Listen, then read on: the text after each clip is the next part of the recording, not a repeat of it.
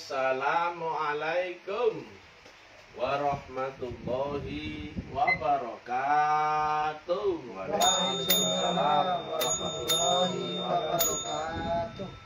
Ketemu lagi dengan Mr. TM dengan uraian ilmiah tinggi tentang metodologi, metafisika, tasawuf, eksakta ilmiah. Bertempat di kampus Taklim Ma'rifat Kendari, Sulawesi Tenggara.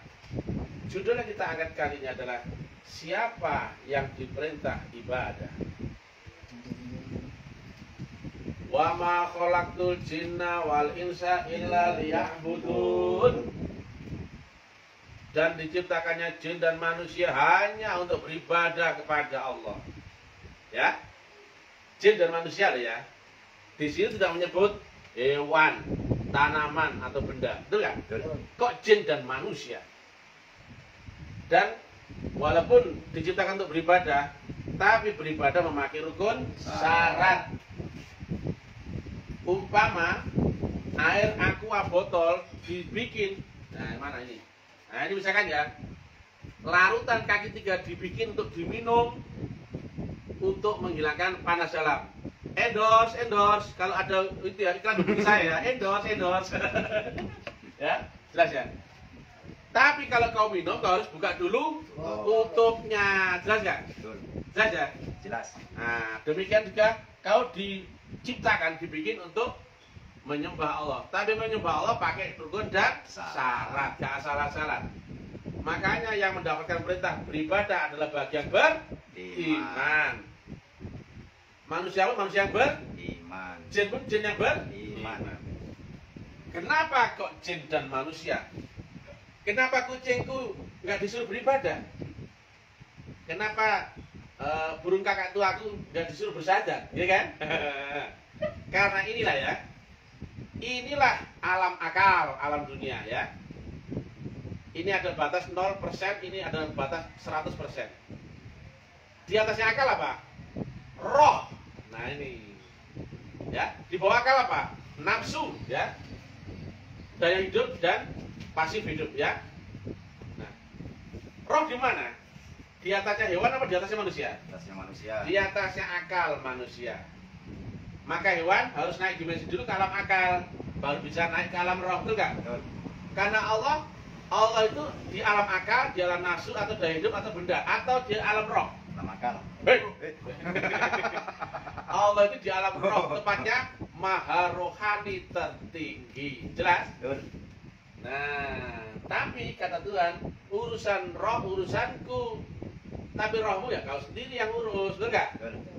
Maksudnya urusan roh urusanku adalah urusan roh yang berserak-serak. Sebetulnya ada segitiga ruhaniyah ya. Ada yang melekat pada lapisan-lapisan ini rohaniyah. Ini di manusia ya. Ini ada hewan, ada tanah. Ini makanya disebut ini manusiawi, hewani, nabati, bendawi. Di antara itu masih ada lagi siluman, peri, mambang. Terus apa? Ada kuyang, ada itu manusia kecil-kecil di Sumatera apa namanya? Ada macam-macam lah ya. Ada dewa-dewa segala macam ya. Jenggot. Bukan, ada lagi yang itu loh. Nggak tahu lah, alam ya. Belum kenal. Gak ngurus ya. Contohnya, urusan rezeki urusan Tuhan, tapi urusan kau cari rezeki, ya kau sendiri cari lah, masih kasih rezeki itu kan? Emang itu bapakmu tanya. Jelas ya. Nah, karena apa? Akal itu bisa naik ke roh, jelas. Baru ada hubungan, jelas. Lah kalau dari nafsu naik kemana? Ke akal, jelas. Nah inilah bahayanya ya. Kalau manusia nggak hati-hati ya, dan dia nggak bisa naik kelas, maka dia peluangnya hanya stagnan di manusia atau bisa jadi turun kelas ya. Nah kira-kira ya, banyak nggak orang yang dikuasai nafsu saat di dunia? Banyak. Contohnya pingin wedo anak itu lah, kayak asu gitu. Asu ini kan tua itu babiku mangan rakus sadar di pantu kan, dia sempak di pantu ya, ya kan?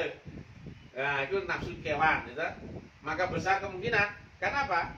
Yang mati manusia apa yang mati rohaninya? Manusia. Manusia bernyawa ya, yang bernyawa pasti ada mati. Lalu rohani ada matinya nggak?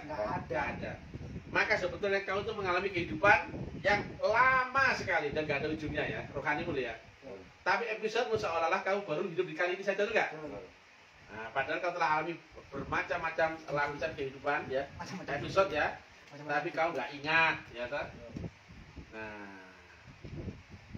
Nah, dari akal ini kau bisa naik ke alam roh, barulah satu frekuensi dengan Allah ya. Tapi kalau temukan dulu ini ya, mursyidnya dulu, tapi mursyid yang waris. Kalau waris isinya ujung ke ujung sama nggak? Sama. Ayo ditaruh botol ujungnya, dipindah mangkok ujungnya, dipindah kendi ujungnya, dipindah baskom ujungnya, isi airnya Sama. luar biasa. Tepuk tangan. Nah kalau nggak waris kira-kira satu air di dalam botol, satu air kencing nggak waris gimana? Itu air itu sudah berbentuk kendi. Ternyata isinya bukan sama. Oh, saya air kencing jancuk segala. Ya, beda isinya. Beda. Kedua sudah ya. Banyak yang musim-musim gendruwo banyak ya, Jadi wasilah itu adalah hubungan gelombang ya antara Allah dengan kekasihnya, yaitu yang berhampiran akan Allah dan Nur Allah, yang berhampiran akan kasih dan Nur Muhammad. Tengah-tengahnya adalah Roh Kudus atau Nur Malaikat Jibril. Ini praktek di alam rohani sudah. Tetapi ya dari akal ke rohani mesti lewat kematian, jelas ya? Maka kematian mesti lewat mati atau baiat, betul nggak? Mati bisa nggak masuk akhirat? Bisa, tapi nyengek, nyonyol, betul nggak? Ya. Atau saat kamu masih hidup masih lewat kematian hakikat, betul nggak? Nah, di sini sebetulnya ada langitnya, enggak? Langit dunia itu nggak? Tapi langit dunia ke akhirat masih lewat kematian. Tapi di sini ada berlapis-lapis langit loh. 1, 2, 3, 4, 5, 6, 7. Ini langit juga loh. Tapi langit pertama, kedua lewat kematian nggak? Tidak. Tapi lewat wukuf. Jelas? Karena batas antara manusia berakal masuk ke akhirat yang roh adalah saat kau di alamnya manusia, saat kau melewati dari batas akal ke roh. Jelas? Di sini roh yang di sini ya, roh kubur masuk ke roh barzakh masih lewat kematian? Tidak.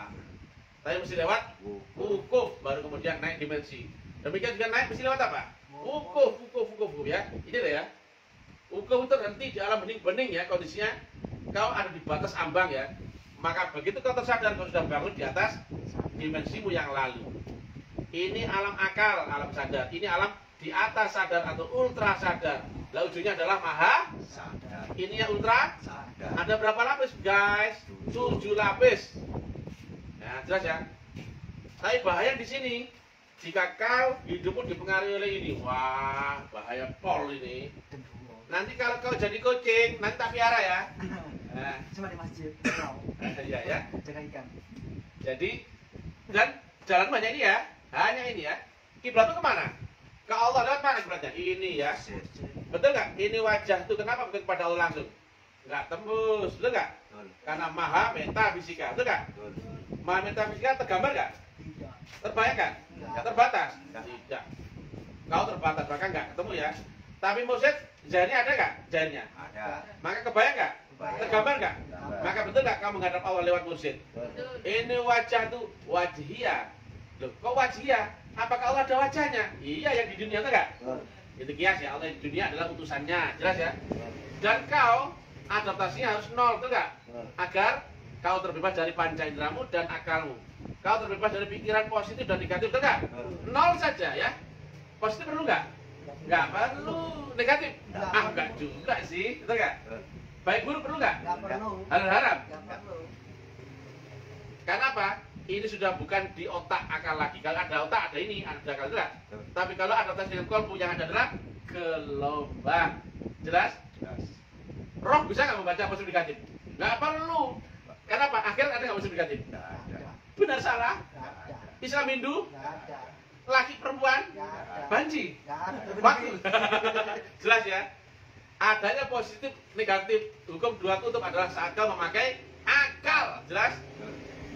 Maka bebaskanlah dirimu. Ada nggak lagunya? Bebaskan diriku, ya kak? Armada tuh ya? Sungguh aku bebas dari belenggu.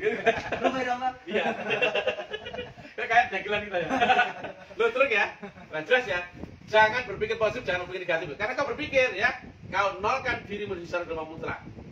Nah, kau ada positif negatif dari akalmu apa dari kalbumu? Akal. Halal haram dari mana? Akal. Baik buruk. Akal. Benar salah? Akal. Kalau kolbumu hanya membaca gelombang yang tidak terbaca oleh panca indera, betul nggak? Jelas? Kau nolkan saja dirimu ya, menghadap gurumu dan sambungkan kolbumu dengan gurumu. Maka kau hubungi dia adalah channelnya yang Allah di dunia, sama nggak? Dan kau hubungi Allah tapi lewat teknologi. Sama. Kau hubungi si fulan yang ada jauh di sana yang metafisika, tapi kau hubungi lewat channel nomor handphonenya, betul nggak? Maka begitu nyambung nggak dengan yang di sono tadi? Jadi kau hubungi dia lewat teknologi.